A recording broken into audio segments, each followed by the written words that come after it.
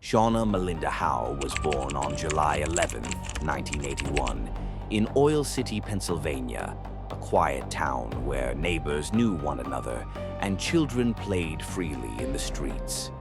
Her mother, Lucy Brown, described her as a generous soul with a quiet, steady strength. Life had not been easy for Shauna. She was born with a club foot, which delayed her early milestones like walking. But once she learned to walk, Lucy recalled, you couldn't stop her.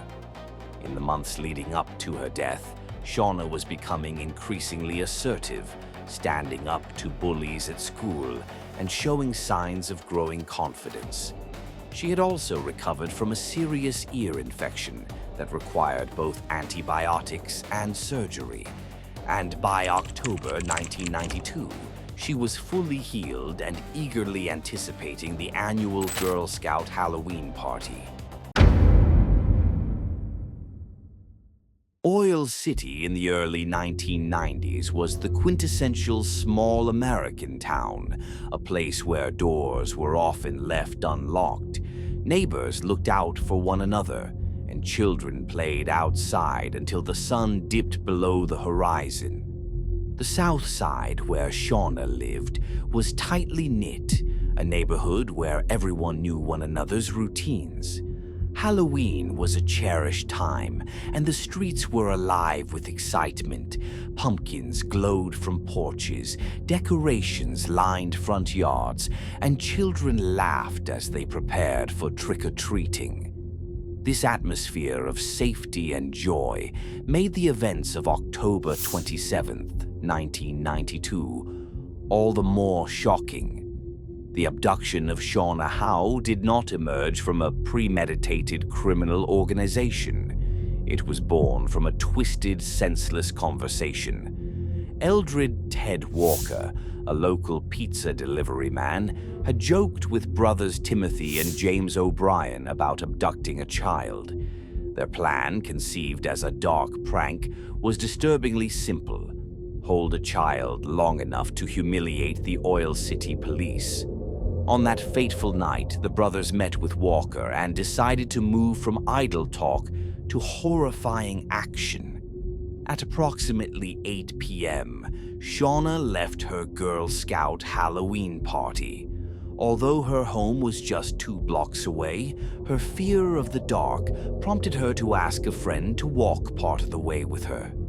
After they parted, she continued alone, heading west along 1st Street. At the intersection of West 1st and Reed Streets, the O'Brien brothers spotted her and signaled Walker to act. He approached her, engaging in small talk about Girl Scout cookies, before abruptly grabbing her, covering her mouth to silence her terrified screams, and carrying her to a waiting Timothy O'Brien. Timothy shoved her into the back seat of Walker's Chevette and held her down as James O'Brien drove them away. Walker returned to his vehicle. A local witness, Dan Padden, later described the abductor as a tall, lanky man, a description that would become crucial years later. Once at Walker's home, Shauna was taken to an upstairs bedroom. Walker testified that he had been downstairs cooking when his son informed him someone had been brought into the house. From the kitchen, he could hear a female voice crying, "Get off me, let me up, let me go." Walker confronted the brothers, telling them to leave, but Timothy's chilling reply, "Worry about your own son," sent Walker retreating to the yard. Forensic evidence later confirmed Shauna had been sexually assaulted during this time, with DNA linking James O'Brien to the crime. The brothers then transported Shauna to Coulter's Hole, a remote area known for local gatherings and parties. The centerpiece of this location was an abandoned railroad trestle spanning a rocky creek roughly 33 feet below. At night, the area was pitch black with no lights or railings to warn of danger. Shauna's shoes were later recovered on the bridge, her last known steps. She was thrown from the trestle, and autopsy reports revealed extensive blunt force trauma to her chest and head, including fractures and contusions, likely from striking the concrete below. Despite the severe injuries, she survived for several agonizing minutes in the creek bed. Shauna's disappearance was reported by her mother 3 hours after she failed to return home. She described the turquoise leotard with black stripes Shauna had been wearing. 2 days later, the bodysuit was found along the railroad bed, shifting the case from a missing person investigation to a kidnapping and sexual assault case.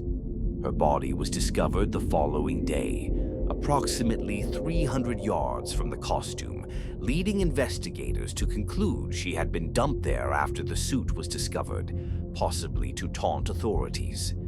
For nearly a decade, the investigation stalled. During this period, the O'Brien brothers continued to commit violent crimes. James attempted to kidnap and assault a woman in 1995, resulting in a 1996 conviction, while Timothy was convicted of indecent assault in 2003.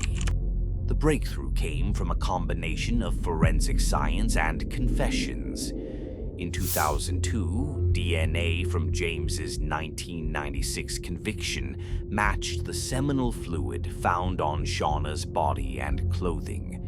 In 2001, Timothy confessed in jail to inmate Ryan Heath that he had thrown Shauna from the bridge. Additionally, witness Dan Padden recognized Walker during a television interview and contacted authorities. In September 2005, Ted Walker entered a plea deal admitting to kidnapping and third-degree murder in exchange for testifying against the O'Brien brothers. He was sentenced to 40 years and died in prison in 2022. Later that year, the O'Brien brothers faced trial together. Attempts to blame Walker failed. Timothy's confession and James's DNA were decisive. On October 26, 2005, they were convicted of second- and third-degree murder, kidnapping, and conspiracy, both sentenced to life without parole. Timothy was classified as a sexually violent predator.